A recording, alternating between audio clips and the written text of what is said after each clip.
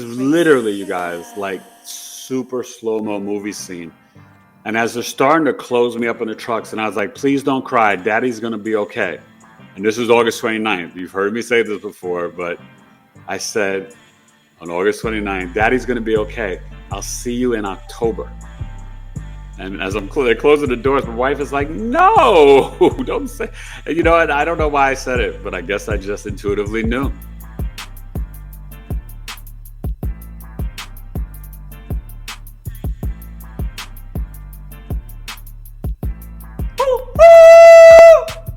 Yo, what's up, everybody? It's Eric Taylor, Big E Astrology, and I'm back with another Knowledge is Love astrology podcast. Today, my guest will be Eric Taylor. I am going to be interviewing myself, or really just sharing my near-death experience story. It's September 6th, the third-year anniversary of my NDE and me falling into coma on September 6th. We're going to look at the chart of that night, which is a Gemini rising. It was on a Virgo new moon, 12 hours later. Virgo new moon in the fourth house, sun and moon. And it was Virgo season a few days before my birthday, which is on September 10th. You know, I've got some questions from some of you. But I think for me, it's about starting off with a little insight of how we got to this time in my life. And, you know, you've heard my story, basically, you know, native New Yorker, Aries dad, Taurus mom, older sister was a Libra, then found out at age 18 I had a half sister who was a Taurus. And she was something else, London Taylor. She was part of the holy setup that led me to become a born-again Christian in 1999 when I got saved and had accepted Jesus Christ as my Lord and Savior on February 16th. And then I was baptized on April 6th. And this is 1999, okay, in California. So my mother got breast and brain cancer in 2004. I had been taking care of her for really kind of right after college. I had moved back to New York City and decided, you know, I was rhyming. I was going to go out to California with some of my friends, but then I decided to start acting in New York. I got the acting bug in college because I had auditioned for A Living Color before they canceled it in May of 1994 after Keenan and the family had left. But I had auditioned and made it all the way through. They were going to fly me out to LA to meet the executives at Fox because I'm a really good sketch comic. I can morph, become any voice, any character.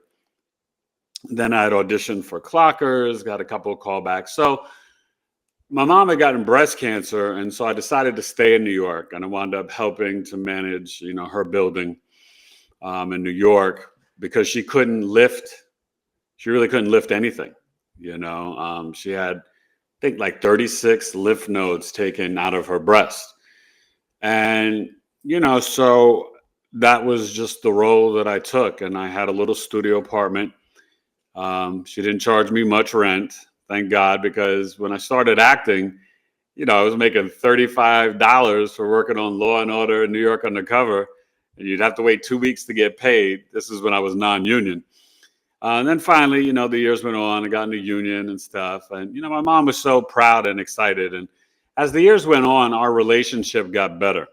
And thankfully, our relationship got really strong right before October of 2024 when she got brain cancer. It had metastasized from the breast to the brain.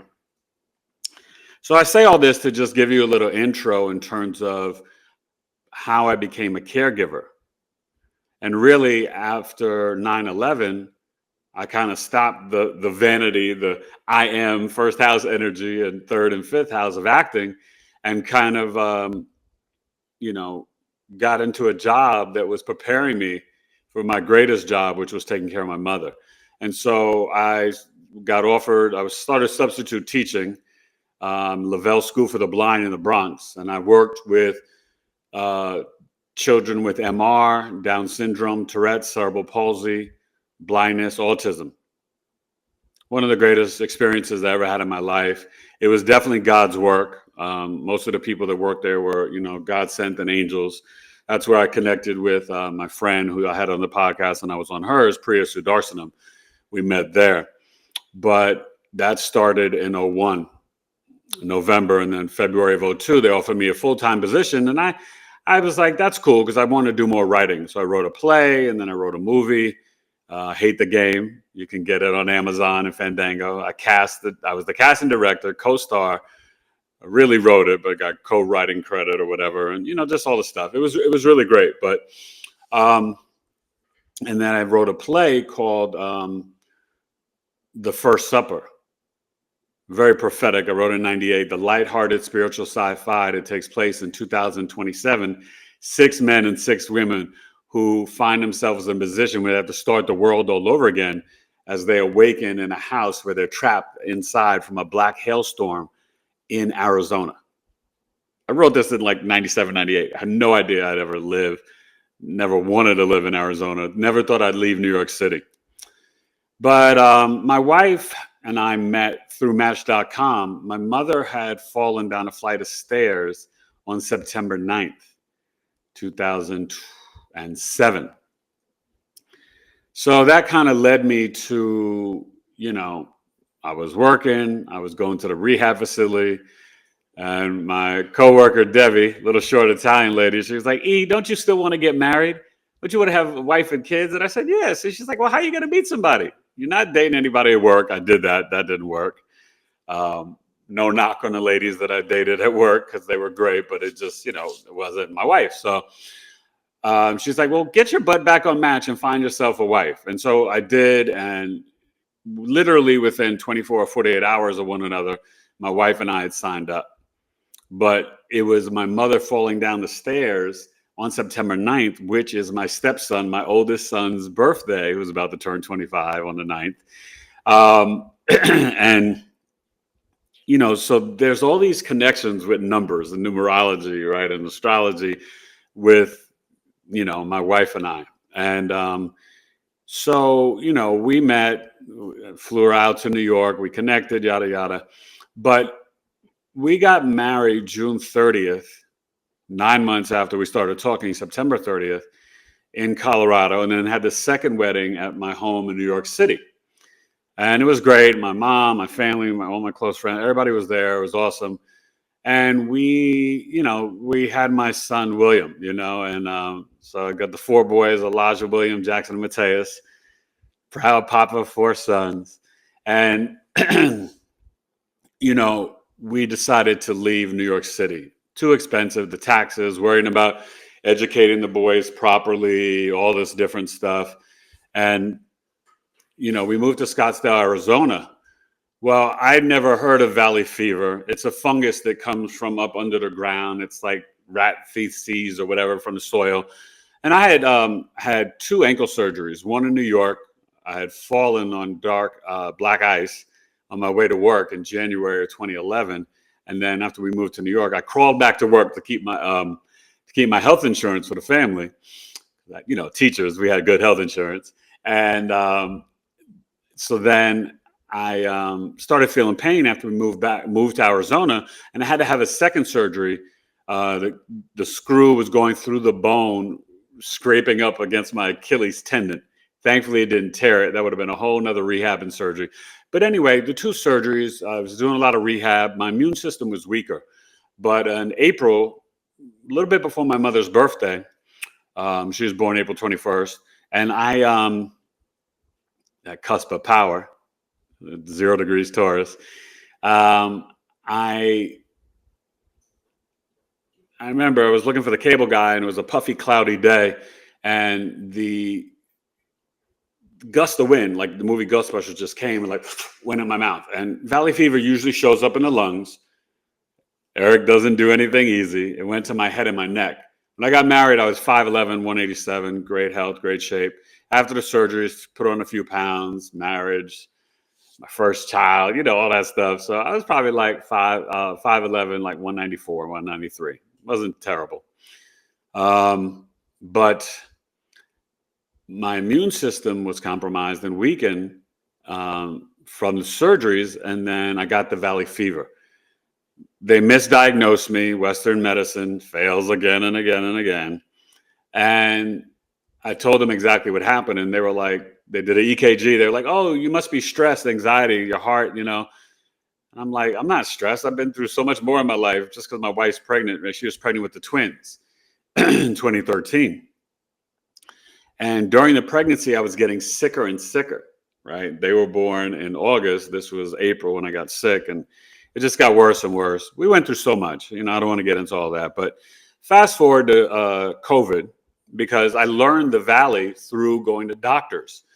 And it was when I went to, through my acupuncturist, who I still work with today, who's amazing, God sent, Jose Montoya. He's a natural, a real healer, studied in China, all that stuff. I found a homeopathic doctor, and that's where I got God's first medicine, leeches, shaved off all my hair, and everything, and my neck, and $20 a leech. I did like 12 leeches the first time, $40 a leech, sorry. Super expensive. Garlic IVs, like $185 IV. I was doing two of those a week. I basically lost my savings trying to get better because they wouldn't give me diflucanazole, Western medicine. But finally, this office did, but it just wasn't enough. So fast forward, years go on. I went through a spinal tap and had to deal with Percocet and pain pills and ice and heat just to function. I was doing my sports radio show. I was going through my own internal Vietnam. And I finally started to get better around 2018. And those leeches took all the inflammation and fluid off of my face. I maxed out at around 2015, probably 5'11", 240 pounds, if you could imagine. I've never been overweight in my life. That was like insane. My joints, it made my arches collapse. I had carpal tunnel, wrist surgery, because we found out later on with melanated people, and I am a melanated brother, that it spreads throughout the body. So the valley fever went through my whole lymphatic system. My arches collapsed. I had 2 surgeries on each foot, the wrist surgery, drowning in mucus. And so then I wind up basically getting somewhat better. And, I said I did 2 MRIs, CAT scans of the brain. I've been through a lot. But there was a point where I finally started to feel good. And this was right before COVID, 2018, 2019.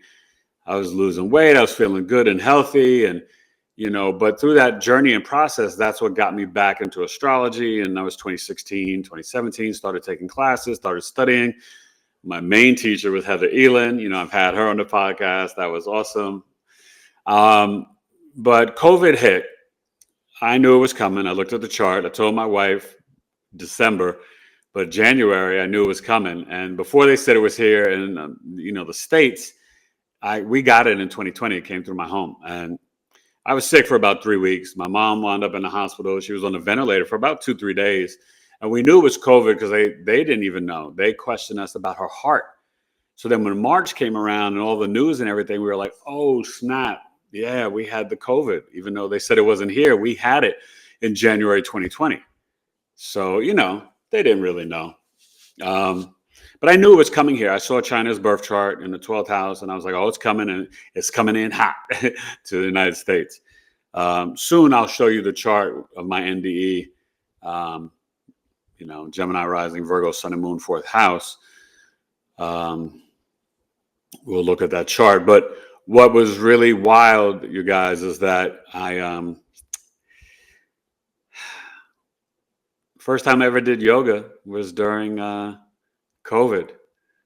I thought it was a sin being a Christian, and then I thought it wasn't like a real workout.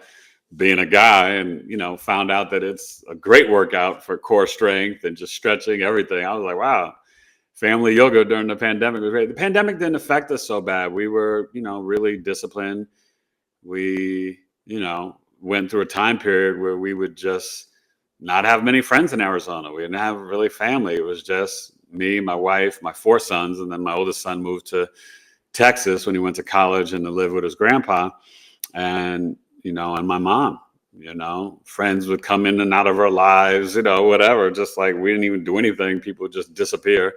I was like, all right, cool. I'm not begging nobody. I got plenty of friends back home. So it was all good, and, but we did well, but, it was a long time and we were isolated and stuff like that. And 2021, we had no birthday parties all 2020, most of 2021. But August, the boys wanted to have a little party. I wasn't really in support of it, but my wife and the kids, they just came to me, oh, we're going to have a party and the kids from the YMCA camp are going to come and da-da-da-da. And I was like, okay, you sure? Can we do it outside? But so we had the party and COVID came through our home.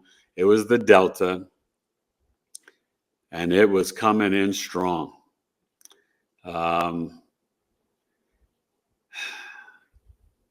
That's a whole nother conversation, but I can't hold grudges. I don't. I've forgiven the people, but they didn't realize they had it. I guess either they had it or their kid, and they didn't have symptoms, whatever. But because my immune system was compromised, because I had the valley fever, I was actually so funny.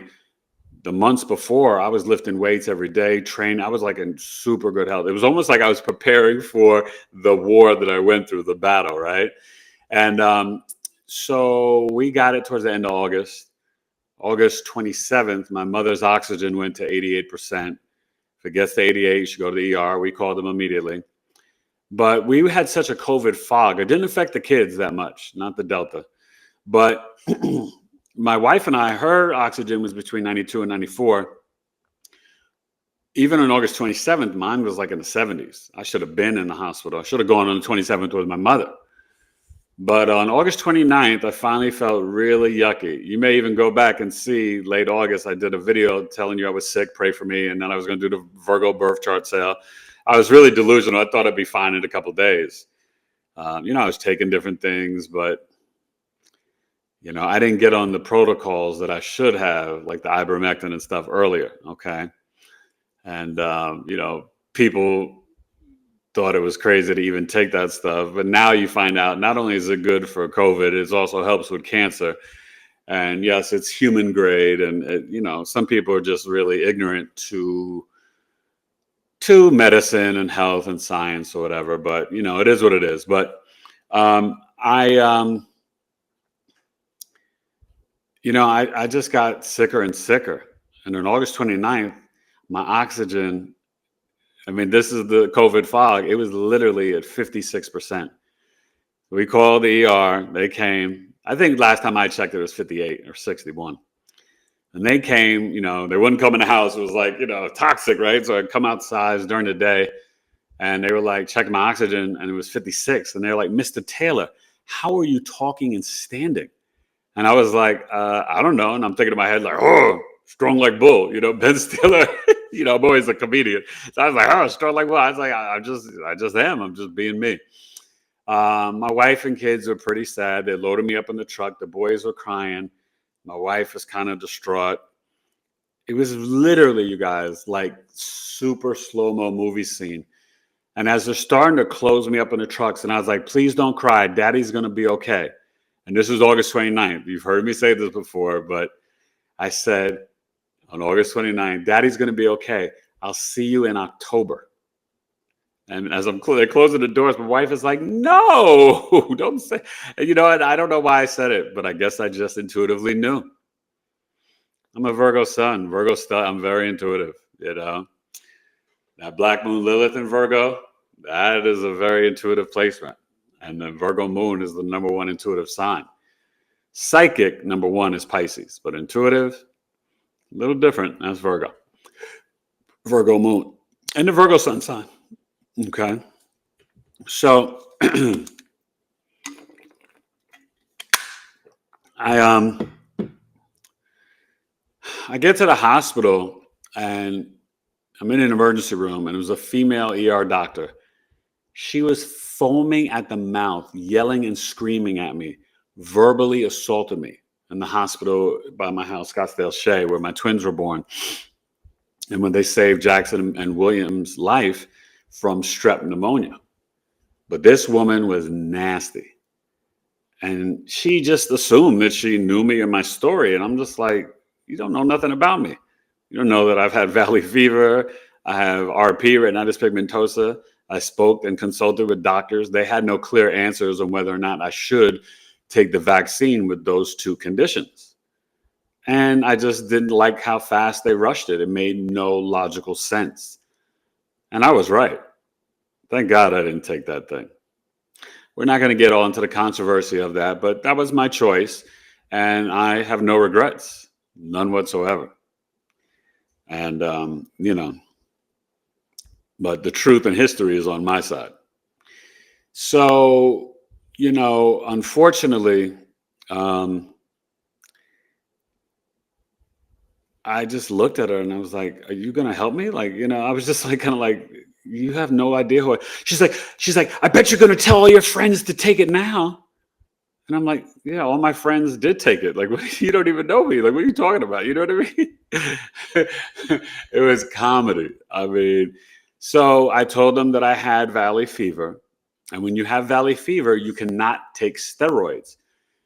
It activates the valley fever, which was laying dormant. And what it did was, when I got upstairs, they admitted me. And from August 29th to September 6th, each day I got sicker and sicker. And they watched me. And even afterwards, they admitted to me that I got down to 10% function of one lung. And they never offered to induce coma, which they did for my roommate, who I met afterwards. He's like my brother, beautiful guy from New Jersey, just a pure soul. We were each other's. I was his mouthpiece. We'll get to that later, but I advocated for him when he couldn't talk and stuff. And but he's just the best guy ever. An amazing wife. They're just salt of the earth people, God-fearing people. And we definitely have that connection with the COVID, the near-death experience, and the love for Jesus, Yeshua. Okay. But they not only gave me steroids, they gave me remdesivir, and they also denied me the monoclonal antibodies that may have helped me, which made no sense. I was 50 years old, young man, decent health, wife, 4 sons. They gave it to one of my neighbor's parents, Indian gentleman who was 87. So there was no reason except for either medical racism or God knows what that they didn't give it to me. Okay. I'm just being real and honest because there's no reason that they shouldn't have. But I didn't get that. And, I was in the hospital and there were some nice nurses. There were some doctors that were okay. But it was really an energy of almost like they felt like I deserved to be in this situation just because I wasn't vaccinated. And that's really ugly. And it's not how you should be medically treated. And it's also not the truth. Because, some people, got sick and put to the hospital and the vaccines did not prevent people from getting COVID. I know many people who got COVID who were vaccinated multiple times. So now maybe it was preventing you from potentially dying. But then some people died from the vaccine. So, I mean, whatever, I'm not getting into all that silliness. It's in the past. And I never judged anyone. But I had friends and family who literally were willing to cut me off just because I did not do it. I lost a good amount of friends, lost relationships with family members. I'm totally fine with it. because it was a spiritual separation. We were vibrating on different frequencies. And, when you start to awaken and you're more aware, you realize that. And so then you're not that upset about it, especially when people betray you. And I dealt with a lot of betrayal and stuff like that. So what was really fascinating, though, is that they had me put on this mask. And I did it, I think, 3 times. The first night could have been August 31st, September 1st. I don't remember. I do remember September 5th and 6th. I had a fantasy football draft. I did a damn good job with my good buddy from New York. And he managed the team for me. He didn't make any trades or moves, but just, what I drafted. And I made the playoffs in both those leagues. So not bad for a guy almost dying in COVID. I am half Cro-Magnon man. I did my thing with my fantasy football drafts. My wife was upset. I'm drafting from the hospital bed and I was exhausted. But anyway, they put this mask on me that literally, and I have to ask my doctor friend because I don't know what it is, but they told me, Mr. Taylor, you need to do this. It will help you, breathe and help you with your lungs so you can make it out of here alive. That's exactly what they told me. And I put it on, but it goes over your entire whole head. It's like a gas mask. And when I tell you this thing was scary and made you feel claustrophobic, so the first night I did it, I don't know for how long, but I did it. The second time I tried it, I couldn't take it. Like I was scared, like I couldn't breathe. I was probably feeling worse, so it was harder for me to do it. I was like, get me out of this thing. And then the third time, they asked me if I wanted to do it September 6th. Now, it was either the 5th or 6th. My wife thinks it was the 6th. I think it was the 5th. She came into the hospital because they allowed her to come visit my mother. And I forgot to mention, on August 29th, when I went to the hospital, they wheeled me down to my mother's room. We were just down the hall from one another. And I saw her, and she was doing okay. She just had like that little, that little oxygen thing. She wasn't on a ventilator. Her oxygen levels were great. She was fine. She wasn't like struggling, wasn't crazy, mucousy, nothing. But she looked kind of frustrated or annoyed. I don't know if they were really properly giving her the food she needed for her tube feed.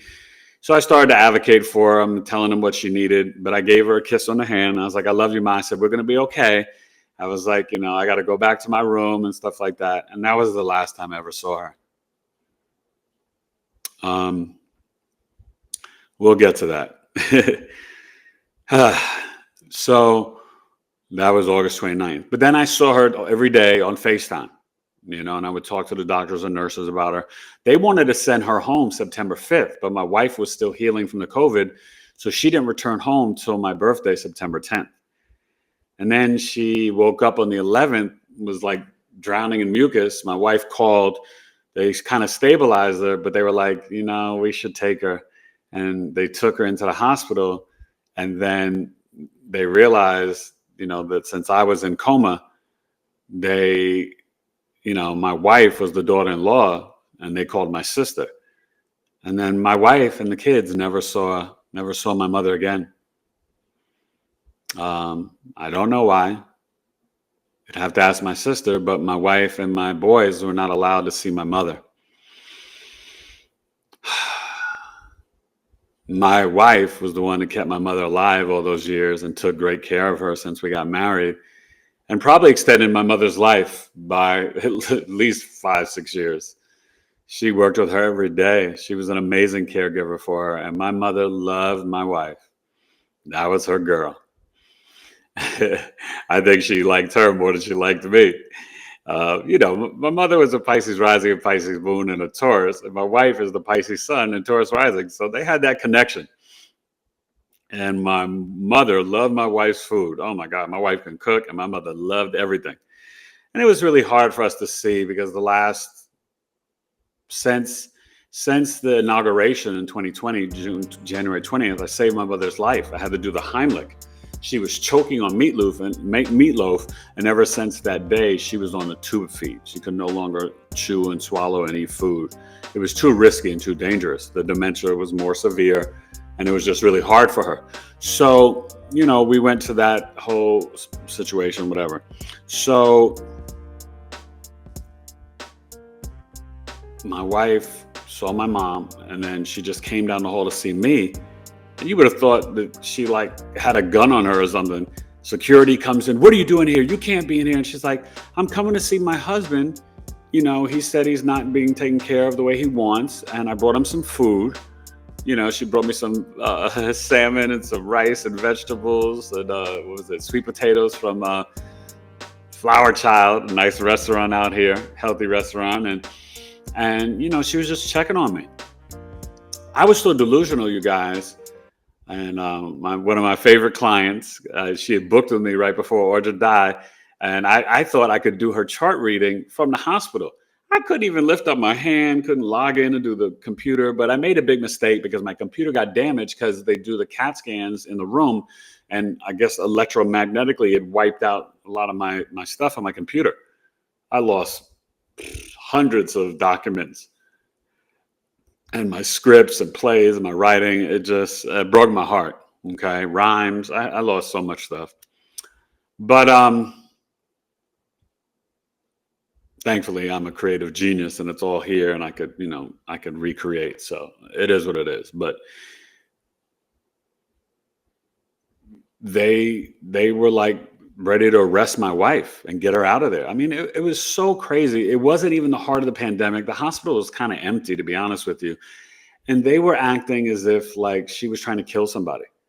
They were like, you can't stay in here anymore. And she was like, I'm just trying to help my husband, you know? And I was like, thank you, baby. You know what I mean? And so anyway, September 6th comes, I have the draft. I call my wife that night and I said, I'm really tired. She's like, why'd you do the draft? I was like, I wanted to, I had to do it. Da, da, da. You know, she was not too happy, but I said, I'm really tired and I'm going to go to bed now, but they want me to put on the mask again. And that was the last thing I told her. I was like, I love you. I'll talk to you in the morning. Well, the morning never came. So I think, I basically, it must have happened between like 10:50, 10:55. They called her at 11 p.m. in a panic, breathing heavily. Mrs. Taylor, your husband's organs are failing. Death is imminent. We'll call you back in an hour. Click. And come to find out, really, I must have coded. They called her back in an hour. Imagine getting that call. It wasn't the heart of the pandemic. They could have been more human and spoke to her and whatever.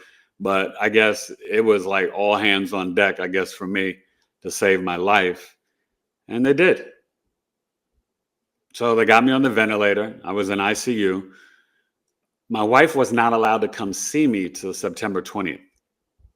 So my wife with some of my friends, they got recordings for all my friends and family. And this was the 6th. So the 7th in the morning, they got a quick turnaround because on September 10th, I wasn't aware. I'm in coma all the way to October 16th, right? 40 days. But my wife, I guess through FaceTime, played a birthday message over the phone. And people were wishing me happy birthday from friends, family, cousins, people from childhood, so many people, like it went on forever. And thank you everybody for doing that for me.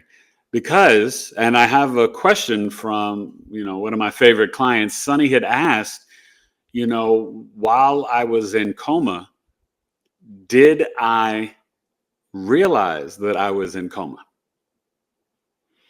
And, I'll sprinkle in some questions throughout the show.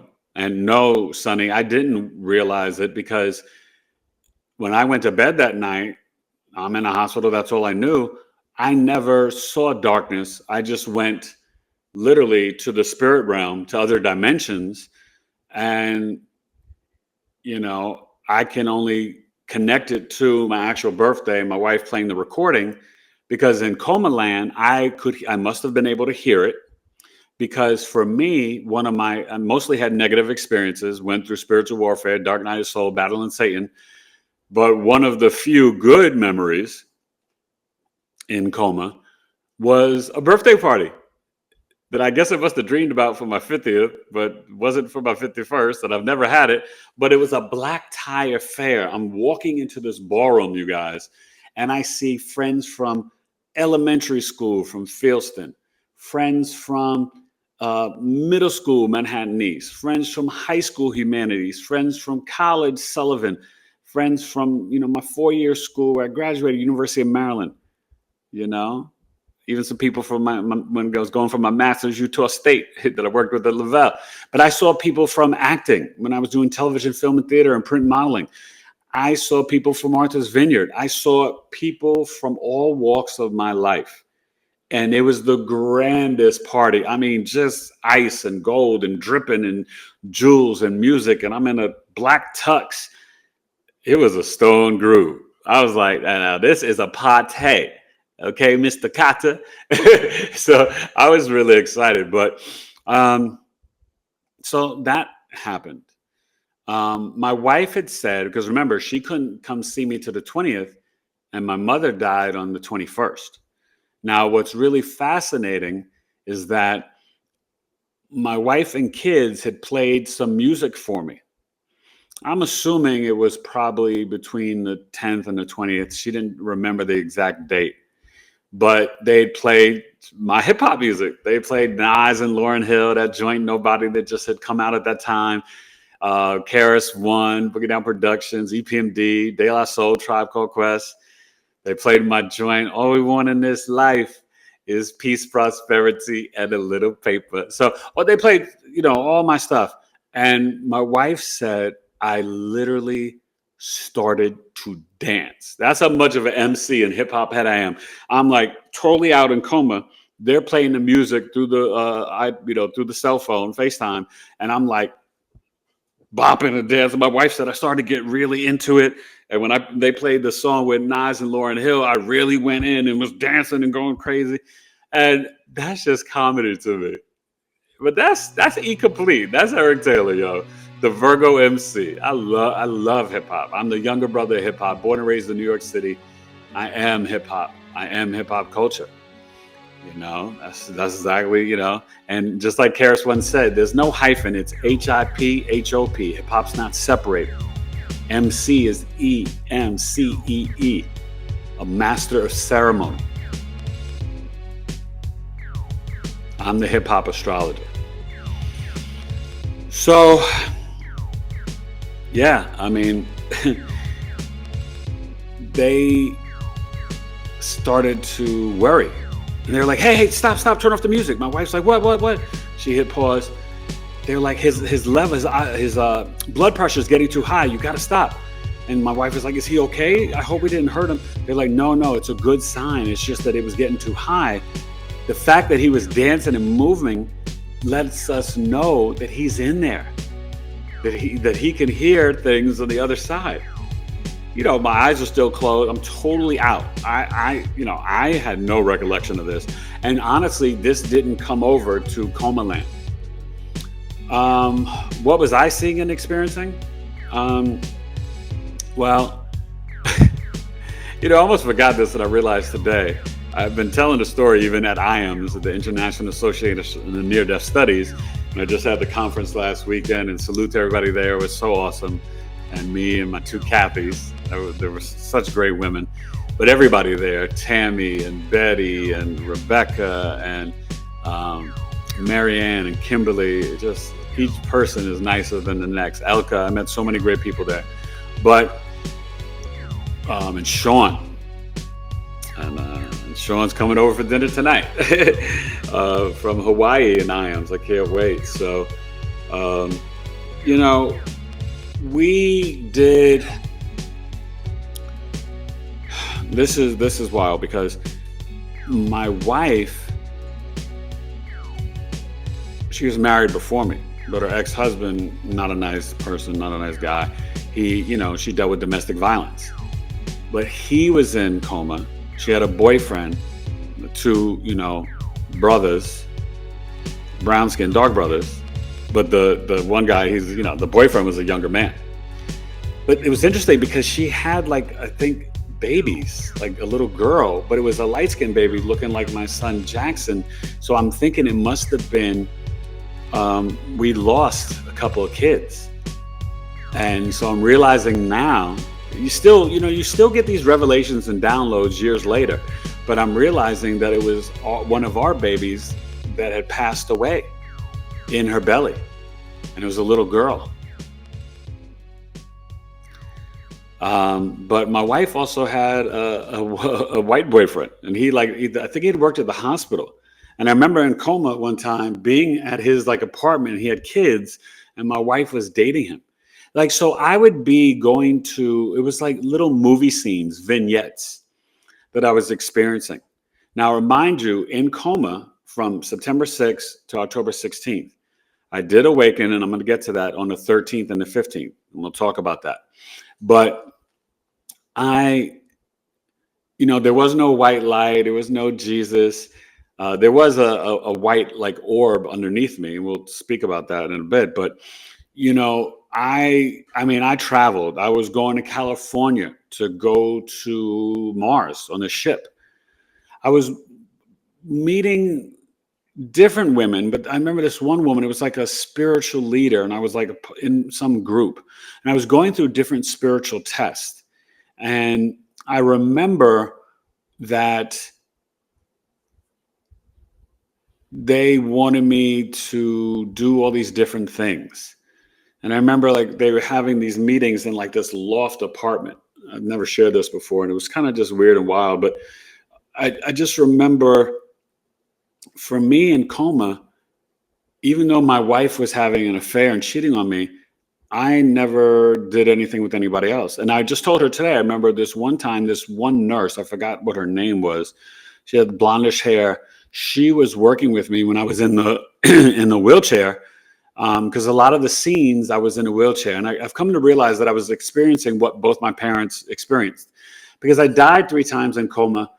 After the first time, I came back and I realized that we don't die. We have eternal life. Our soul continues on. And that was like downloaded to me. It was almost like information would just be in me, and I had this knowing. And that was one of the things. And so after the second time I died, I died being shot like my father was in the chest. And I felt the warmness on my chest, the bullets, ba, ba, ba, ba, ba, outside of my garage. And they were like, it was like 3 guys. And I felt like they were from New York. And, but it was crazy because when I came back to life, and I had the option of going into a room in my house and seeing my 15-year-old, who was 12 at the time, 5 years in the future. And I didn't want to do that. So then I went to my sofa. Now, this is really powerful and deep, because when I went to my sofa, it was like my wife's boyfriend was there, and he was kind of like this evil tour guy, right? Because he was there and he's like talking smack to me and saying different things. But then there'd be moments where he'd be nice to me. But him and my wife's ex-husband, they did not ever like when my wife would try to help me in any way, going to the bathroom, anything. They would hit her. It was really crazy. And I couldn't do anything. I was completely helpless in the wheelchair, couldn't move. I would urinate and have bowel movements on myself. It was terrible. Terrible. And I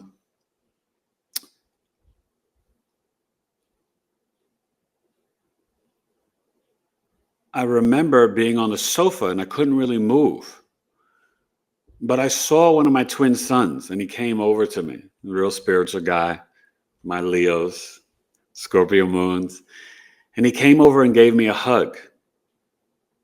He said something. I don't remember him saying something, but he gave me a big hug and then he walked off. But he was in 4K technology. Now, I know my wife and our friend, and she was also a business associate, helping her dissolve a business at the time, another organic and vegan business before she started Sabale Pure. The other one was Quench Natural.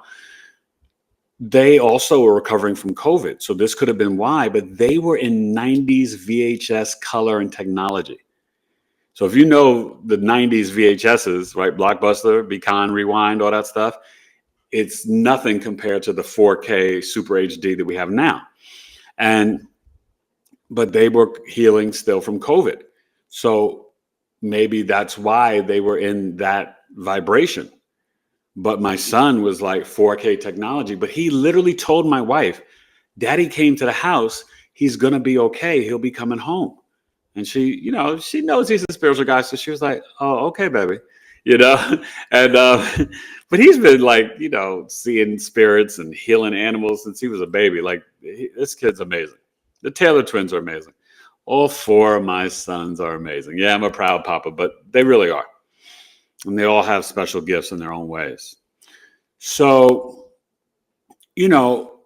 I don't want to go through every vignette and every movie scene, but what I've come to really understand is that my soul chose this to awaken even more, to increase my gifts, to break all the generational curses, to battle with demons and Satan and be like, no more. We are released. Leave my family alone. And that's what it felt like. I've never been afraid of dying. I think, if anything, I feared not being there for my wife, my mom, the kids, stuff like that. And so in coma, there were times and I think this must have just been early on before September 21st, where my mom was in some of my scenes, but then she wasn't. So that must have stopped when in real life she died on the 21st. Because there was one time, and this is really ironic because she was in the wheelchair, we were at the hospital and we had to go through this tube, but we had to get up out of the wheelchair and then like kind of go head first into this tube. And my mom could do it. I couldn't do it. And my wife and the kids were kind of like mean and nasty. They were like laughing at me. And I was like, it was like in the hospital, but like in the hallway. And you had to go through this tube to do something for healing. And I couldn't do it. And everybody was like, oh my gosh, like you can't get in there. And there was like a tour of like people and like visiting the hospital and they're looking at me and everybody's just, it was so demeaning. I think that's the key word. I've never said that out loud, but it was demoralizing and demeaning, right? Everybody was laughing and pointing at me and I couldn't do basic stuff. My home looked different. And what was really wild is that there were so many people here. And it was like, we don't have a basement, we have a ranch house, but there was like a basement that went down. We had new technology and all these TVs. Oh, another positive scene was that I remember I got hired on ESPN. I think I was working on SportsCenter or First Take with Stephen A. And then I got hired, but then it was weird. Like then something happened. And I can remember different scenes where my wife's boyfriend was trying to steal my ID and my health insurance cards in the hospital. And I remember one time my wife was like, what are you doing? Don't take that. Don't touch that. But he was like trying to take it and like transfer it to his name, like to steal my identity. It was really weird. Then, there was another powerful situation that happened where in my house, the boyfriend and the ex-husband, and then there was like one of my wife's friends who she no longer talks to, and my niece, who I no longer talk to, they were there and they were just acting like nasty, like demonic. I hate to say it, but I just got to say it, right? And it was wild because it was almost like I was predicting or seeing the future in the spiritual realm. But there were people who were like messing with my kids and being inappropriate and cursing at them and hitting them. And those two women didn't help, but my wife wasn't like protecting the kids. It was just chaos. And there was like a sex dungeon in the basement of my home.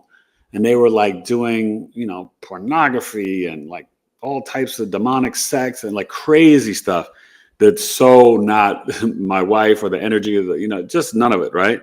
And, but it was like, that was like a huge thing. I remember, this will really freak you out because I've never shared this before. There was this guy named, I think, Ford Clay or something. And he said that I was related to Cassius Clay, Muhammad Ali, who my father did know. And I went down to Kentucky, and he was saying he was from Kentucky or Louisville, Kentucky or whatever, and that my home was really his home because we were long lost relatives, and he was trying to steal my home from me and my family. And I remember going to Kentucky, and we were on this train and coming back, and it was really weird. But then there was this girl that I knew from Martha's Vineyard, and we were at a restaurant, and it was dim lighting, so I couldn't see that well. And my hand had reached for like the plate or the menu, and I had touched her on her breast by accident. And so then she said that I was trying to sexually assault her. And it turned into this whole thing on the news, and it became like this thing that boosted her for like some political run, for political office. But then she was also trying to like date me or marry me, but then wind up being hit by my wife's boyfriend and ex-husband. And then she wound up having sex with the both of them. Like, it was, I mean, I know it sounds crazy, you guys, but this is what I was experiencing. And we're going to go to the chart in a second, because I think that you can see in the chart why I was going through some of this energy. And I talked about this with one of my guests, the medical intuitive, Laura Bruno, who, you know, is doing an astrology NDE book and interviewed me for it. And Venus was in Libra squaring Pluto and Capricorn. And that could explain even the darkness around, like, you know, the relationship and seeing my wife, you know, because Venus square Pluto, yeah, I mean, that could explain that. Because I don't know how else to explain it. I really don't. And maybe it's the birth chart that can. You know, I was going through the Chiron return. You know, I was dealing with the North Node in Gemini in my 8th house. And, you know, let me bring up the chart. But so I want to, you know, I had another question. Oh, gosh. I don't know if this was from Stephanie or Jennifer. Please forgive me. But they had asked me about how did I see, or that they heard me mention before in another episode, that I saw medical staff in coma, and, you know, and how did that happen? Because I saw them later on when I awakened. And so I'll just tell you this scene, because I was being tested. I was in my hospital room, and there was about 30 or 40 people in this room. And the respiratory nurse, and mind you, I went to this hospital October 10th, St. Joseph's in Phoenix. So when I got there, I was completely still in coma. I was out. Let me backtrack. So as things were winding down at Scottsdale Shea, in Scottsdale, they started to strip the medicine, and they told my wife that they were taking away the sedation, and I would start to awaken. I may eye flutter, move my fingers. They did that. Nothing happened. They got concerned, so they did a CAT scan of my brain, but everything was fine. They waited a few days. Then they stripped all the medicine. This is like probably getting into the first week of October. And they said to my wife, oh, you know, he's not sedated anymore. He's going to start to move and awaken. Nothing was happening. I was like out cold. So they did an MRI of my brain, and there was still function. So they said there was nothing more they could do for me there. So they sent me to St. Joseph's, because that's where they would get me off the trach and all the, you know, the JPEG and all that different stuff. And hopefully I would awaken. Well, when I got there, I later on met that nurse. And I'll tell you about that. But she basically was like, you know, they were basically like, I didn't look good when I first got there. A lot of the people who I met after I awakened, they said that they didn't think I was going to make it. So then, you know, I get there, and I know that it seemed like, as I was, you know, I had no recollection of where I was, because I was out the whole time. But it's funny, because it's almost like there was a shift in darkness when I went to the hospital in Phoenix. I mean, I was seeing a lot of vignettes, but I was going to my house a lot. And I think that's when I was closer to my home in the hospital here.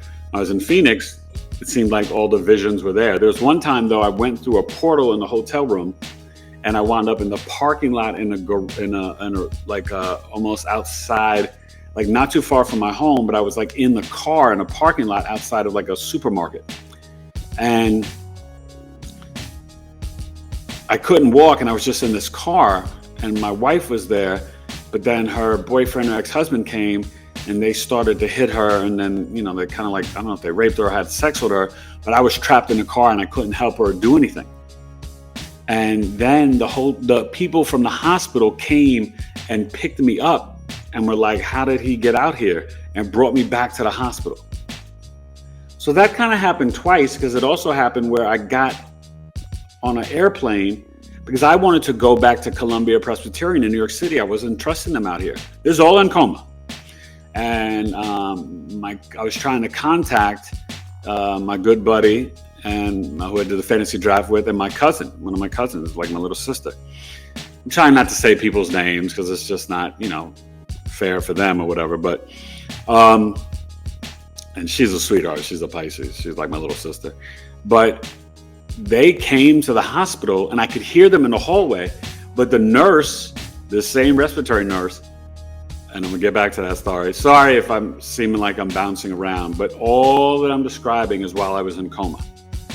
And October 10th, I went to the hospital in Phoenix where they were taking out the trach, St. Joseph's. So I could hear them in the hallway, and the nurse wouldn't open up, and I'm like trying to like see if I could talk, but they couldn't hear me, and she wouldn't let me connect with them. But there was a vignette and a scene that I got on the plane, literally flew to JFK. I was not taken off the plane, and they flew me back to Arizona, and then they got me off the plane, and they were like laughing. They're like, "Oh, you thought you were going to escape and get away?" Isn't that crazy? So, okay, so I mean, I saw some stuff, you guys. Going to Mars, going to London, all this stuff. So this respiratory nurse, I was in the room. She was taking my oxygen, and I'm like trying to catch my breath. And the people were looking at me, and I said, "Why are you doing this to me? You're going to kill me." And they weren't even talking. They were just looking at me. And I said, "If you let me die," because I'm like trying to get, and I'm like, "If you let me die, you know, like if you let me die, my family is going to come after you." And then I was like trying to catch my breath, and I said, "You have no idea who I am. I am a spiritual giant.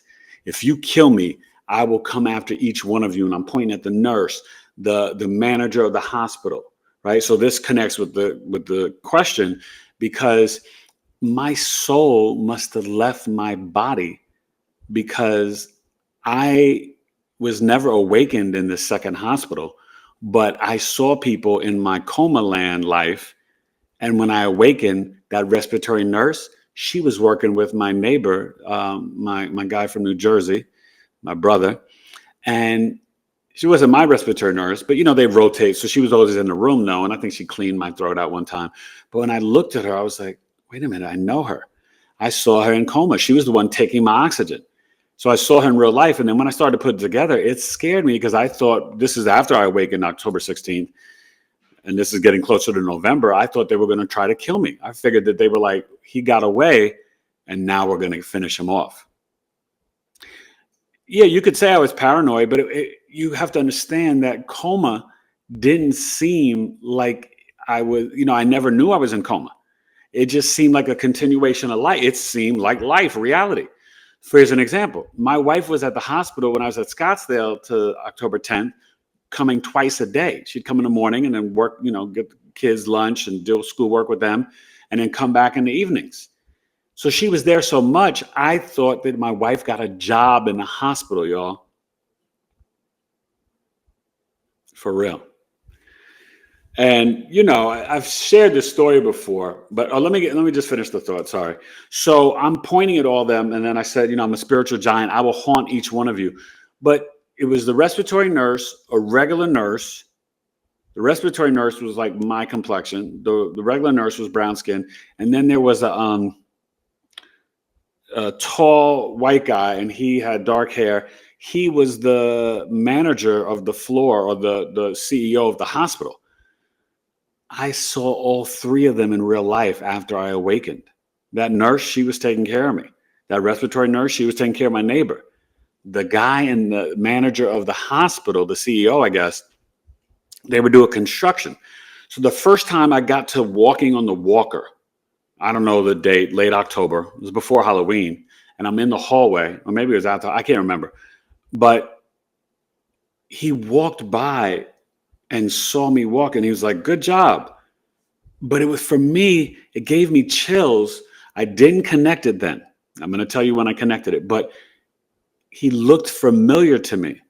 And it was just a weird energy. You know, like if you almost see, like you feel like you see a ghost. And come to find out, months later at home, my wife and I are watching this series on the Netflix, and you have to watch it. It's called The OA. And whoever wrote it definitely had a near-death experience. And this series, I think there were 2 seasons, it was about this doctor who was like kidnapping people and killing them and inducing, killing them so they would literally die. And he would have them hooked up and study them and monitor them, and then he'd bring them back to life. And while I'm watching this show, it was jarring a lot of memories for me. And this is common for people who have NDEs. Things can happen that activate memories. And this is still going on for me to this day. Okay. 40 days is a long time if you don't know. And it was wild, because we're watching the show, and it's a powerful show. And I remember I said to my wife, pause it. And I was like, oh my gosh. And I was like, the guy who ran the hospital, I saw him in the hallway. He was in the hospital room in coma when they were trying to kill me and took my oxygen away. I'm saying this to my wife, and she's like, what? I was like, the tall white guy with the dark hair. And yeah, that was him.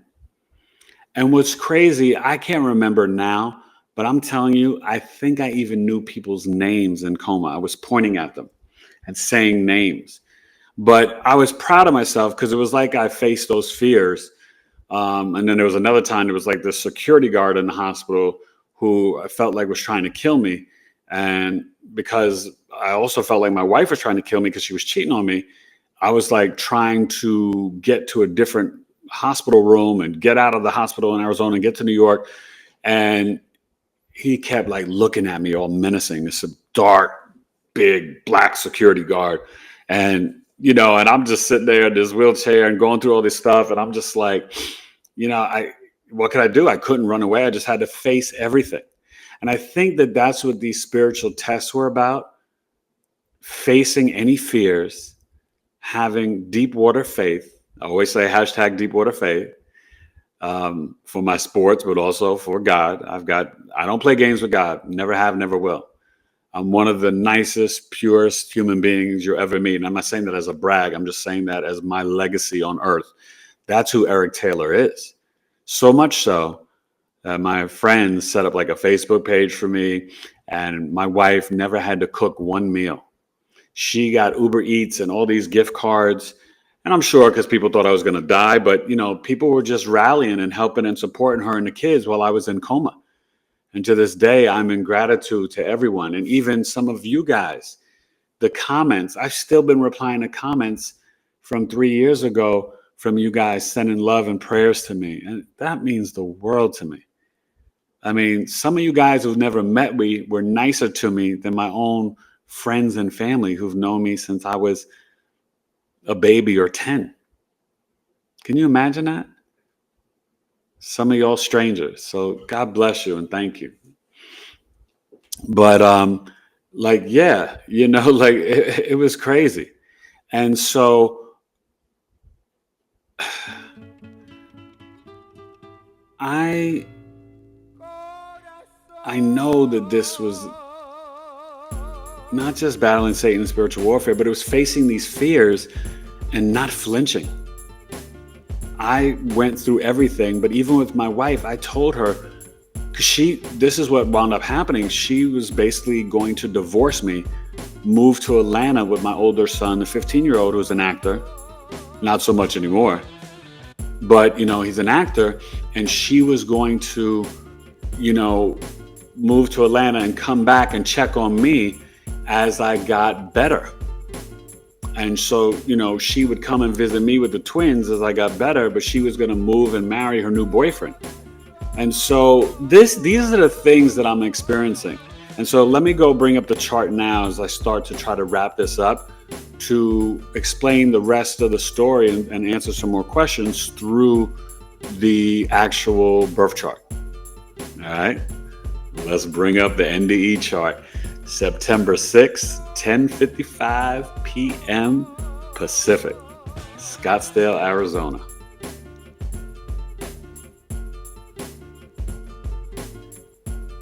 All right, let's look at this chart here. So I told you the date, and so I have another question. Maybe this one was from Jennifer or Stephanie, but let me tell you this. So someone had asked, why do I think I saw such darkness? I seem to be such a happy and nice person. Well, thank you. And yeah, but so I told you, right, the Gemini rising, we look for the chart ruler of Mercury. I'm a Scorpio rising. So, we'd have to look at that and lay it over my chart, but we're going to look at the chart of the sky, what was actually happening. So you see it's right after. So 3 degrees is 6 hours. So if we're talking about 11 o'clock at night, then the Virgo new moon was probably a little bit after 5 p.m. Pacific, 8 p.m. Eastern on September 6th, a few days before my birthday. And so I was close to my solar return. This Libra would be my 12th house. So you've got the Mercury and you are dealing with the Venus. Venus and Libra, right?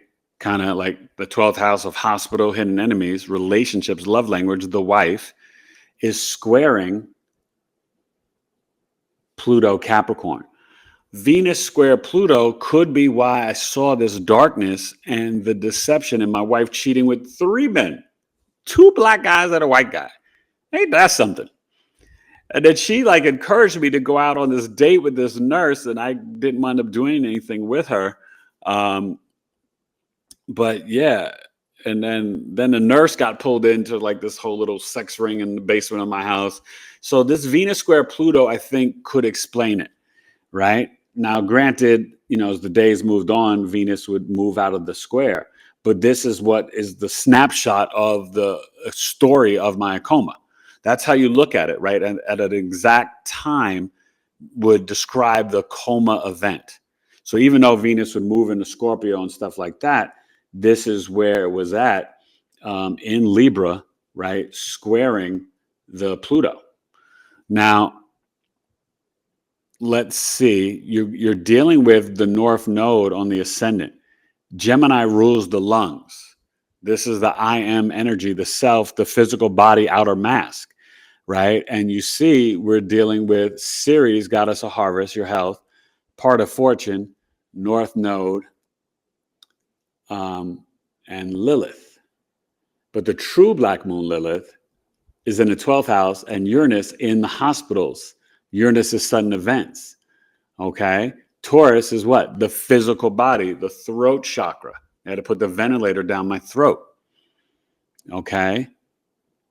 So I think that that's pretty powerful, because when you're talking about the lungs and Mercury, that's in the 5th house, right? And if I coded, which I did, Mercury, this is the heart. So the lungs, 10% of the lung caused me to go out and my organs were failing. Death was imminent, right? So, and the sun and moon in Virgo, right? All about health. And they're both conjunct my natal sun. The moon, right? And the sun, they're right there on my natal sun. So that's really powerful. And then what? You see Mars there. So I was going through my Mars return, although my Mars is at a different degree, but Mars was there hitting my Virgo stellium of the South Node, Midheaven, Mercury, Lilith, Sun, Mars, Pluto. I'm Virgo, Virgo, Virgo. You're not going to meet somebody more Virgo than me. So Mars is the surgery, procedures, cuts, separates, and divides. The moon is your body, health, and intuition. The Mercury is the messenger in the lungs in Libra. So this would be in my 12th house of the hospital. Almost conjunct my natal Uranus. Okay. Now this Gemini, mind you, all this energy here, this would be in my 8th house of sudden events and emergencies. And the Scorpio, now that Libra, see, and you have to look for the positive things that kept me going, because I think you can equate this North Node in a trine to Mercury and Venus and Libra. It was like I was going to be all right, and the part of fortune on the ascendant. But obviously for 40 days, I wasn't all right. So Scorpio in the 6th house, and that's my normal ascendant in the 6th house of health, as the sky was going on. And the South Node in Sagittarius in my 2nd house, which is the throat, right? Your speech. So it was like, I was separating from the Sagittarius, and I could no longer communicate or speak. I think that's interesting. The Pluto in the 3rd house, transformation in the local community in the hospital, right? Because Scorpio rising, Capricorn's my 3rd house. And the 4th house of home, Jupiter, Saturn, and Aquarius. So while Saturn was in Aquarius, September 21st, it was in my mother's 12th house in transit and in my 4th house. That can be an indicator, the mother dying. And in my own mother's chart, her chart, Saturn, 12th house. Saturn can be the indicator of death. And that's literally what happened. Okay. So, this is in my 4th house of Aquarius, and you're dealing with that. Now, the North Node is aspecting it, and the Mercury and the Venus. So Venus was trining Jupiter, even though we're squaring Capricorn. So there were some beneficial energies that really could indicate why I'm still here and alive today. Now, I'm going to let you know that my will to live was really strong. I never gave up the faith, never gave up on my wife, my marriage. I was thinking about my kids. And there was this one time, and I have another question from Sunny. Sunny asked, when I astral traveled to my home, right, and saw my son, did I realize I was, I think she said, did I realize I was in coma? Or she asked did I realize I was in coma for the first question. And then the second one was, when I astral traveled to my home, was I aware that I was doing it? And it's like, no. So the whole time I'm thinking that this is real life. And I knew that it wasn't, in the sense, because it wasn't making sense going in and out of the hospital, in and out of the wheelchair. But at the same time, you keep recycling these events. And it was like, I just think of it as mini movie vignettes. But I was, did I realize I fell into coma? No, I had no idea. I had no idea. And then I think it was Michael or Jeff or somebody emailed me and asked me what indicators in the birth chart could show my coma. And so I told you about the Mars, Sun, and Moon for the solar return, right? On the 10th is my birthday. That was the 6th. But it was my Chiron return in my 6th house of Aries, right? Chiron was, my natal Chiron is close to this 11 degrees. And then it's opposing the Mercury. Chiron opposing the Mercury, the lungs. Okay? And in a T-square with my natal Capricorn moon. It's kind of wild. So Mercury to lungs, my Capricorn natal moon, 3rd house local community, and the Chiron return. along with all this energy in Virgo in my 11th house for the South Node, and then this Libra energy that was in the 12th house of hospitals. Okay. So, those are the major indicators in the natal birth chart of me falling into coma in terms of being activated. And if you remember, go watch those episodes. Those are really good. Knowledge is love. I don't remember the numbers, but I can link them in this podcast with Laura Bruno and with Heather Elin, medical astrology, because she, talked about it as well with the Chiron return, the T-square, but also, and this is something that I'm adding, the Uranus and Lilith in the 12th house of the hospital, right? That's the throat chakra. So, I'm being intubated out of nowhere all of a sudden, so, and even dealing with the Neptune and Pisces in my 5th house, the 5th house is the heart. To be honest with you guys, it's a miracle that I am alive.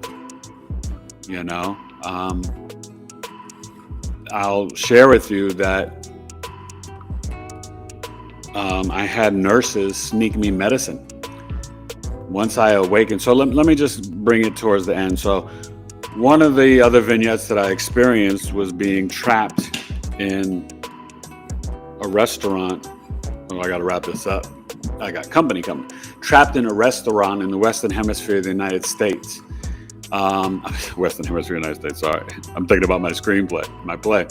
No, I was in a restaurant in Phoenix, and this beautiful Latina woman was somebody trying to steal my wallet and identity. I don't know why that coming up. Maybe it's Gemini on the North Node there, first house. I don't know, but it was. I was like kind of trapped, and it was like kind of underground, and it was away, and I couldn't move, but it was like tiki torches, and the walls were dark, and I was stuck. But underneath me, sitting in this chair or this whatever, was this white light. And in the white light, I just remember how can I get out of here? And I just repeated 3 times, God, Jesus, Mom, Alana, and then my 4 boys, Elijah, William, Jackson, Mateus. God, Jesus, Mom, Alana, Elijah, William, Jackson, Mateus. I said it 3 times. And then it was like I was freed. Now, I awakened on day 37, October 13th at night. And I saw the light in the hallway, and they basically didn't turn on the lights, came in. I think it was a nurse's aide, this young guy, may have been Puerto Rican, maybe Mexican brother, but he did not really check me. He just came in, so I was trying, been out for 37 days. I'm trying to lift up my arm because I was sweating. My locks weren't as long, but I was sweating, and I was trying to wipe it off my brow, and he put restraints on me. Oh my God, I was so angry and upset and frustrated, and I think they warned me once, and I was trying to get their attention, and they just said, okay, that's it, Mr. Taylor, and they put restraints on me. And I wasn't trying to touch anything. I didn't make any alarms go off or anything, but that's what they thought, and they didn't really bother to check or, whatever, and I couldn't communicate. And so I went back to coma land, and then I woke up again, and visiting hours ended at 8. The hospital during the pandemic was not a pretty place at night. I promise you, not for me. I'm not going to speak for everybody. But I woke up again on October 15th, and the same thing happened. And I was so angry and frustrated. I was like, oh my God. And then I woke up in the morning of October 16th for good. And there was this angel. And I wish I could see her in the chart because this nurse literally came in the room. Let's see if I see Angel. But she came in the room and she took off the restraints. And she was like, oh my God, who did this to you? I'm so sorry. And she was like, oh, here. And she came in and she took off the restraints. And I wonder if there's anything in the 8th house. I think it's interesting that Juno and Sag, and that's my second house. Here we go. There's Angel. Yep, Angel in the 8th house, emergencies. Okay, so in Capricorn, and that's not too far from my Cap Moon.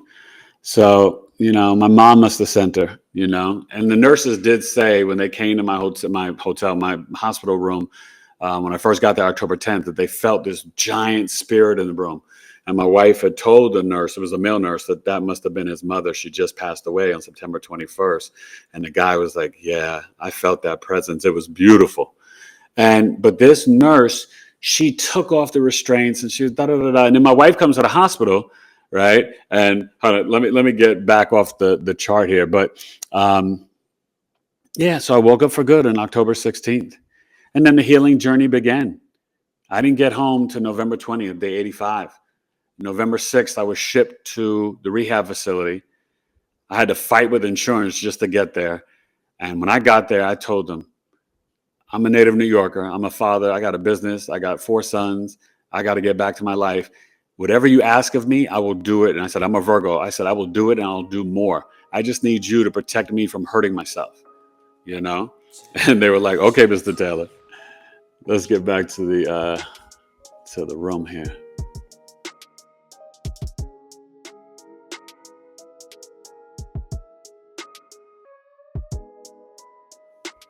So they, she just was incredible. So basically those therapists, everyone, it was right by my house, which was great because my wife could come and visit me. My kids weren't allowed to come and see me, but I got there late night on the 6th and the morning of the 7th, and I was in for a battle with this rehab. 2 PTs, 2 OTs, get up, eat breakfast, go to therapy, work your butt off, come back for lunch, go back to 2 more therapies, come home for dinner, and then go to bed and do the same thing all over again. 14 days. And I did it. I was like the Rocky theme, and I was like, my shoulder when I woke up was completely out of my place. I'm like regurgitating all the time. I was trying to eat food. It took them forever to take the G-tube out of my stomach. Your boy went through it. It was not a good experience. The positive memories, the dancing, the party, the ESPN. But I saw technology of the future. I saw the apps floating outside of the computer. My friend and his father were shot through the iPhone, and then they used some sort of Jewish mysticism. They're Jewish to come back to life. And it was crazy. The technology, this guy in Louisville trying to take my home. I went through, but so, the rehab was great and they were incredible. But, I had to really fight to get there, and I fought, and I got home with no oxygen. I was scared to death, even scared to come back to my own home. My wife had a cake and all this for me. But the last image I saw in coma land before I awakened was my wife with a laptop in the hospital, and she's showing me on the laptop our life together. And then she's showing me her life with her new boyfriend in the future. Oh, and let me tell you too, when I was astral travel to the house, I'm watching after our friend left, then my wife was with the boyfriend and they're in the kitchen and she was all doty and sweet with him and laughing. And I'm like, oh my God. I was like, what? I want a kid, all cutesy. I was like, get the heck out of here with that. I was hot. All right. And he was a younger man. I was hot. He wasn't as good looking as me, but he was younger. But yeah. And I realized, because I saw my wife with 2 babies, and they were the babies that we lost. We lost, before we had the twins, and in between the twins and William, we lost 3 babies. And I knew one of them was a girl. And I saw 2 of the babies. My wife was having them. It was weird scenes in the car. And she got hit so many times. She fell asleep in the car. And then they had to come outside the hospital and get my wife from the, out of the car and get me from the wheelchair and bring us back to the hospital. These are some of the scenes that I'm experiencing in coma. It was so intense, so crazy. Venus square Pluto. I don't even know how to explain it except for spiritual warfare, dark night of soul, breaking curses, and facing my fears and deep water faith. But when she showed me that vignette, and then she comes in that day on October 16th, oh my God, hi baby, how are you? I love you, you're awake. And I'm like, I'm hot. I'm like, get out of here. I was angry. She was wondering, why are you so angry? What's wrong? And the doctors had told her, when I do awaken, that, we don't know how he's going to be mentally. Will he know your name? Will he be himself? Like they had no idea. And I'm trying to talk through the trach. I was like, who was at the house? Right. And she's like, what? And then finally she was like, saying our friend, right? She was at the house. And I was like, I know. She's like, and I said her name. I said, was she there? And she's like, yeah. How did you know? And I said, I was at the house, because I had astral traveled to the house, and it confirmed what I experienced in coma. And I knew it. I knew that I knew that I knew, if that makes sense. But I didn't know that I had just been asleep for 40 days. I had no idea. I didn't know the date. I didn't know anything. And it took me a while to get my brain function back, in the sense that I tried to rhyme for one of the nurses like the first few days. And, I was trying to say rhyme, and he's like, and I couldn't remember it. And it brought tears to my eyes. And he's like, Mr. Taylor, it's okay. You got to give yourself time. You just woke up a few days ago. You're going to be able to do it. And then when I got my voice box, I was so happy. And that's when I shared the video with you guys, and you saw it here on YouTube. And then I was able to kick a rhyme, and I knew my lyrics, and I was like, yes, baby, I'm back. E-Complete is in the building. I can't believe that some of my friends and family gave up on me, or totally just thought I was going to die. Then it's like, do you know who I am? When my father was murdered when I was 6 years old, I said to myself, I'm here for 3 digits. I'm here to 2070. I'm not going anywhere. And it's going to take a lot more than COVID or anything else to kill me. I'm Eric Taylor. I'm Big E Astrology. I've been Big E since I was 7 years old. That's my nickname playing basketball, tatted up, on Martha's Vineyard. How dare any of these people, anyone, friends, family, anybody, think that I wasn't going to survive? You have no idea my will to live and who I am.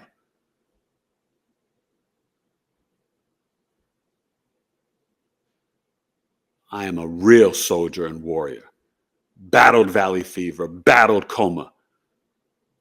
And now I'm soaring like Anguilla, the eagle, the constellation of Scorpio. And I'm thriving, and I'm well, and I'm alive, and I'm in gratitude every day. It took me 72 days to get to hug my boys again. This November 7th, when I got to the hospital, my wife brought lunch and the boys, and I got to hold them, and I could feel the fear leave William's body and Jackson and Mateus. And we just held and cried.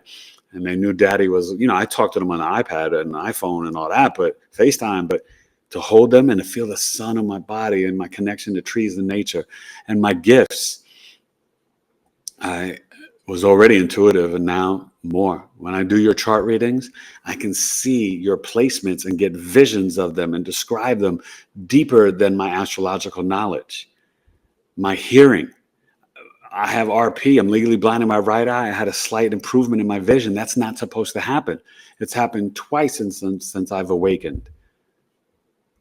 Working with spiritual shamans and stuff as well. I am here. I am healed. I am back. It's my 3rd year anniversary of being in coma. And I face Satan in the dark night of soul. And I called on Jesus. I am a Christian. I am an astrologer. Astrology is not a sin. It is all in the Bible, in the Torah, in the Quran. May the stars be with you, Mazel Tov. I am a Black Bahamian Moorish Jew. I know the truth. I know the secrets of the world. I know the mysteries. You have no idea of all the knowledge that I have, because I can't share it all with you unless you come and you meet me one-on-one. Or we have a chart reading and you ask me any question. Some people have doubts. I have none. And yes, I know aliens are real. I've seen UFOs, and I've had an experience, an alien ET experience. I even have pictures to prove it. But I'm not going to get into all of that today. That's a whole nother show and episode. But I want you to understand and know that I am here to awaken the collective. I am here to let you know life is eternal. The birth chart is the map of your life. Your soul selected this. It's the remembrance of your soul. And I'm here to guide you through it. And my wife and I just celebrated 16 years of marriage. And she was fighting for me, got me on the right tube feed. I was about to go diabetic. My buddy who's coming over now, he went diabetic because they didn't give him the right tube feed. You need to have Kate Farms, organic fruits and vegetables and rice, not the A+ or Jevity crap they give you in the hospital. Don't let them do bloodletting. They took my blood 13 nights in a row. I said, why? They were like, your potassium's low. I said, what is it? They were like 4.2. I said, well, what should it be? They said between 4.6 and 4.8. I said, give me some more of the orange fizzy stuff and some more bananas and leave me alone. 13 nights in a row, 3 o'clock in the morning, coming to take my blood. And then at 3:30, they come do my vitals. And then in the morning, the Eastern European doctor, Mr. Teller, how you doing? I was like, not so good. I can't sleep. He said, oh, I don't advise you. I said, no, I don't want them taking my blood anymore. They tried to sneak me antidepressants, and they don't know I have supersonic hearing. So after I told them to stop, 2 nights later, I heard the nurse in the hallway saying that they gave me that medicine again. I reamed that doctor the next day. Y'all could be confused by the veils and think the medical system, Pluto, Capricorn, all these structures and systems need to be destroyed and rebuilt. Things are changing. We are in the age of Aquarius. Things are wonky and crazy. Everything's going to be all right. 2027, we're vibrating from the heart chakra, but you guys have got to do the work, spiritual discipline. I don't play games. I never play games with God, and I don't play games with none of you. I am the realest person and astrologer you will ever meet, and I'll be honored to do your birth chart.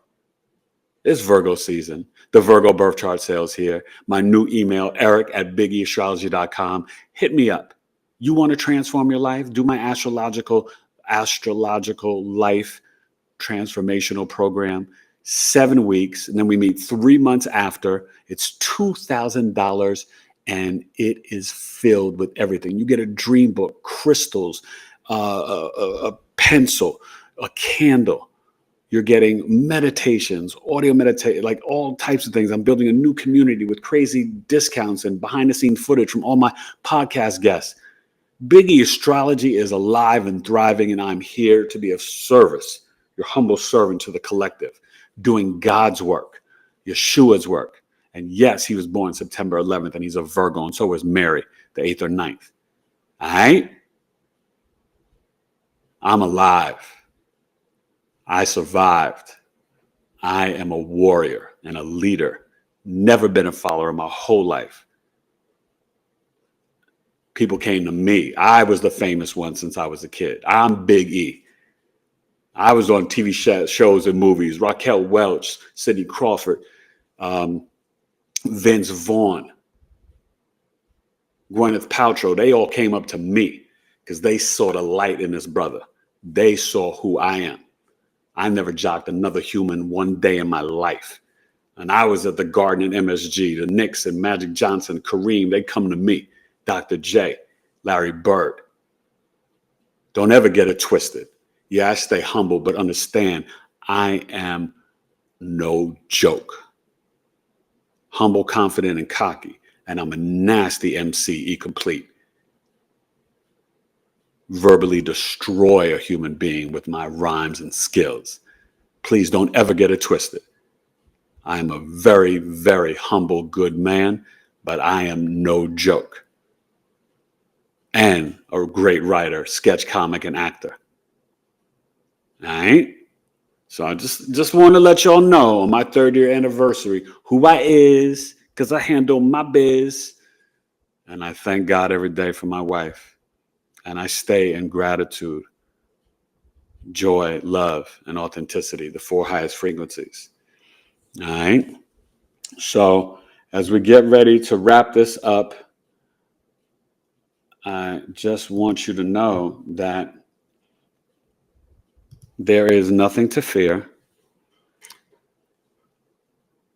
Keep the faith. I don't care if you're Jewish, Christian, or Muslim.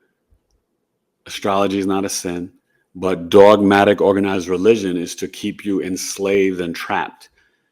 You want to focus on ascension and spirituality and love and really treating people how they should be treated.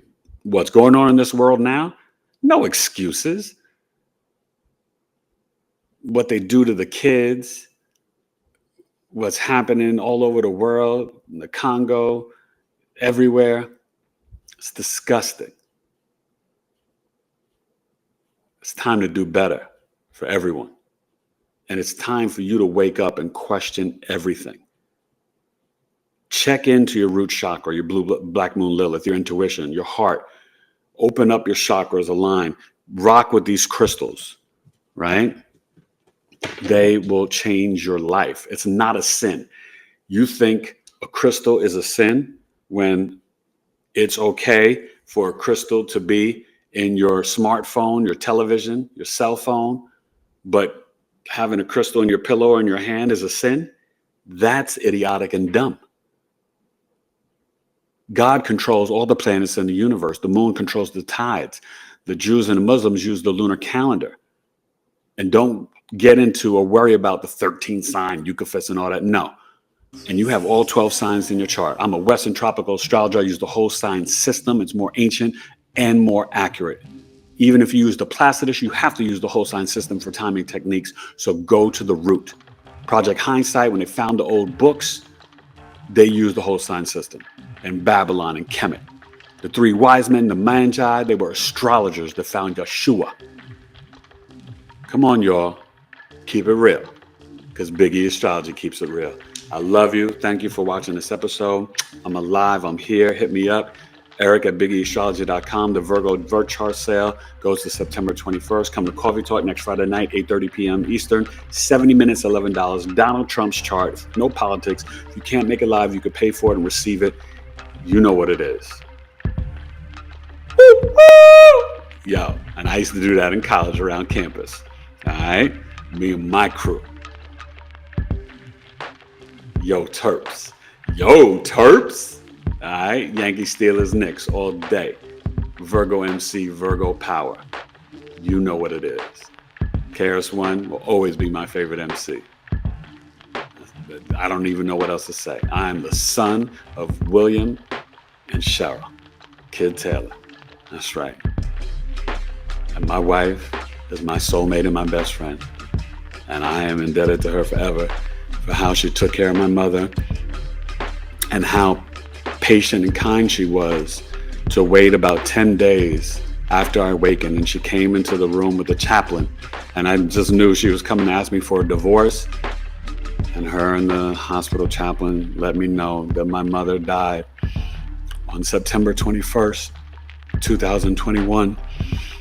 And I just knew she was alive because she was doing better than me. And she didn't have to die. If I was awakened, she'd still be here. I know her time was running down and she was ready. And I truly believe we had to be separated for her to go, because we have past life connections too. We were siblings in a past life and our bond was so tight. But I love you every day, Ma. I honor you and Dad every day. And I thank God for my wife fighting for me. And for all those who doubted and hated on me, I love you too. All y'all that didn't reach out and check on me, didn't even care or say, sorry that your mother died, sorry that you almost died, I love you too. That's the type of man and human being that I am. And you know, if you ever saw me face to face again, you'd feel embarrassed for the way that you treated me or disrespected me. Because you know I'm like the realest person you've ever known or met in your life. Anybody that's ever met me knows that.